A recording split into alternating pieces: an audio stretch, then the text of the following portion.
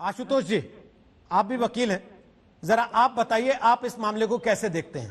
क्या आपको लगता है कि रिया की गिरफ्तारी ड्रग्स केस में होना, अभी तक उस ड्रग्स का मौत से किसी भी तरीके से कनेक्शन एस्टेब्लिश ना होना, क्या यह एक सेलिब्रेशन की वजह हो सकती है उन लोगों के लिए जो रिया के पक्ष में बोल रहे हैं? देखिए जी, पहले तो मैं ये बताऊं कि बहुत सारे लोग ये मीडिया ट्रायल की का मुद्दा उठा रहे हैं। मैं उनसे ये पूछना चाहता हूं कि जब रिया खुद आई थी और उन्होंने इंटरव्यू दिया था और उन्होंने कहा था मीडिया के सामने कि मैंने एक भी ग्राम या कोई भी किसी भी तरीके का ड्रग्स ना मैंने लिया है और ना ही मैंने किसी को दिया है। आज कहीं ना कहीं ये जो सारी बातें हैं वो गलत साबित होते हुए नजर आ रही हैं आफ्टर इन्वेस्टिगेशन। देखिए, इन्वेस्टिगेशन में अभी तक 9 लोग अरेस्ट हो चुके हैं, जिसमें उनका भाई शौविक चक्रवर्ती है और भी 8 अलग लोग हैं।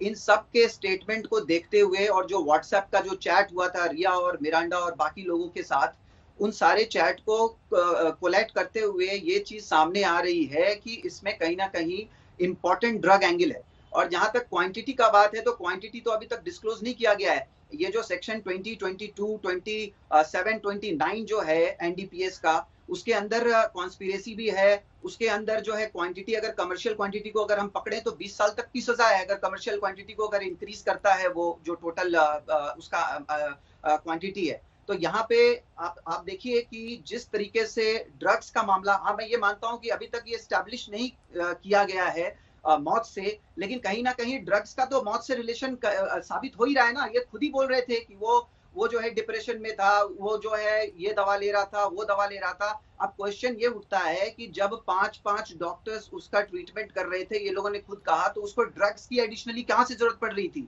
और उसको ड्रग्स कौन से दवा के रूप में दिया जा रहा था? इसका मतलब या तो पहले का स्टेटमेंट पूरी तरह से गलत था, जो कि बहुत ही क्लियर है, और जो भी मीडिया में कहा गया, यानी कि अपने आप को बचाने के लिए, अपनी सफाई देने के लिए मीडिया में कहा गया। हाँ। क्योंकि एनसीबी ने जब अरेस्ट किया है तो एनसीबी ने बिना कोई पुख्ता सबूत के ऐसे तो कोई अरेस्ट करेगा नहीं। ठीक है। जहां तक बेल का सवाल है, तो जब तक, अगर आज ये जब इनका फर्स्ट अपीयरेंस अभी होता है, उस अपीयरेंस में अगर कोर्ट जो है पुलिस कस्टोडियल रिमांड ना दे करके, पीसीआर ना दे करके अगर एमसीआर देता है, मैजिस्ट्रेट कस्टडी देता है, तो ही बेल का एप्लीकेशन फाइल हो सकता है और उसके बाद उसके मेरिट पे कोर्ट डिसाइड करेगा कि इसको बेल मिलना चाहिए या नहीं मिलना चाहिए। ठीक, ऑब्वियसली जी। ठीक, वापस आता हूं सर आपके पास। लेकिन एलन राव साहब, एक आरोप ये भी तो है ना कि एनसीबी, डीआरआई, जिसके बारे में अभी जिक्र कर रहे थे, ये एजेंसियां अदालत में धराशायी हो जाती हैं, वो चीजें साबित नहीं हो पाती बहुत सारे मामलों में ज्यादातर।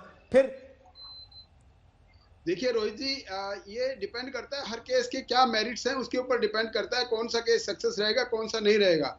इस केस में मैं आपको बड़ा क्लियर बता दूं कि ईडी से शुरू होकर जो एविडेंस शुरू की गई थी मोबाइल फोन्स की चैट्स को लेकर, उसके बाद एनसीबी ने केस दर्ज करके, एनसीबी के पास पावर है, जो स्टेटमेंट्स एनसीबी किसी आदमी का, अक्यूज का लिखते हैं, एनसीबी है, कस्टम है, डीआरआई है, इन तीनों एजेंसीज के पास में ये पावर है। जो उनके स्टेटमेंट होंगी वो एडमिसिबल होते हैं कोर्ट में, और जो एविडेंस चैट के थ्रू है उनका एविडेंस अगर ओरिजिनल सोर्स मिल जाएगा और उसको 65B एविडेंस एक्ट की सर्टिफिकेट के साथ में अगर देंगे तो वो एडमिसिबल रहेगा कोर्ट में। अगर वो नहीं है तो फिर इनकी कोई वैल्यू नहीं रह जाएगी। राव साहब एक चीज बताइए, जो दर्शक आपको देख रहे हैं, टीवी पर सुन रहे हैं, उनको समझाने के लिए एक चीज बताइए, ड्रग मामले में रिया की गिरफ्तारी का सुशांत सिंह राजपूत की मौत के मामले की जांच पर क्या असर पड़ेगा?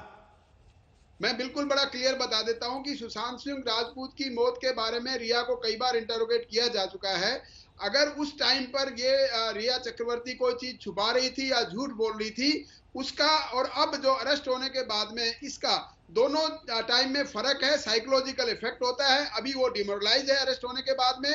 अगर कोई चीज पहले छुपा रही थी, झूठ बोल रही थी, तो अब हो सकता है सीबीआई के ऑफिसर्स इनको अगर इंटरोगेट करेंगे इस केस में, सुशांत सिंह राजपूत की मौत के केस में कुछ पॉइंट्स ऐसे हैं जो उनको डाउट लगता है कि रिया छुपा रही है। तो अब मैं समझता हूं कि इसकी गिरफ्तारी के बाद जो आदमी साइकोलॉजिकल इफेक्ट होता है, गिरफ्तारी के बाद टूट जाता है, मोरल डाउन होता है, और इस पे भी डिपेंड करता है कि क्या एविडेंस उनके पास ऐसी स्ट्रॉन्ग एविडेंस है जो इसको केस को क्रैक करने के लिए नहीं। लेकिन राव साहब, आपने एक तस्वीर अगर देखी हो, नासिर अब्दुल्ला आ गए, उनके पास चल रहा हूं, फिर उर्षा पांडे आपके पास आऊंगा।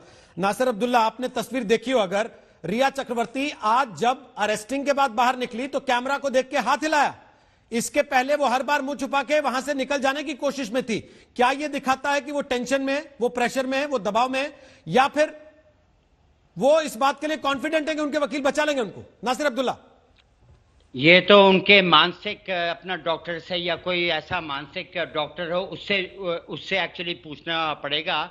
या जो साहब अभी बोल रहे थे कि वो डिमोरलाइज हो रही होंगी तो और इंफॉर्मेशन उगल देंगी, तो मैं इस इलाकों में एक्सपर्ट नहीं हूं। अगर मैं उनकी जगह में होता तो शायद मैं भी ऐसे हाथ अपना हिला देता।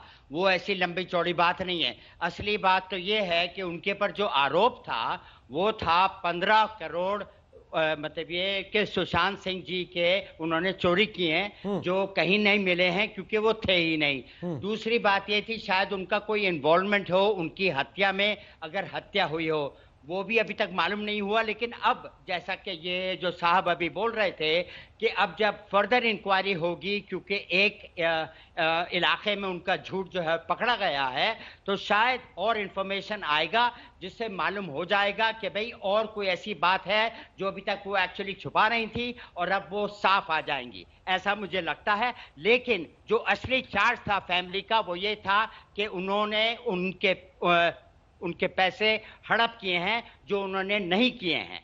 नमस्कार, मैं हूं अंजना ओम कश्यप। हमें उम्मीद है ये वीडियो आपको पसंद आया होगा।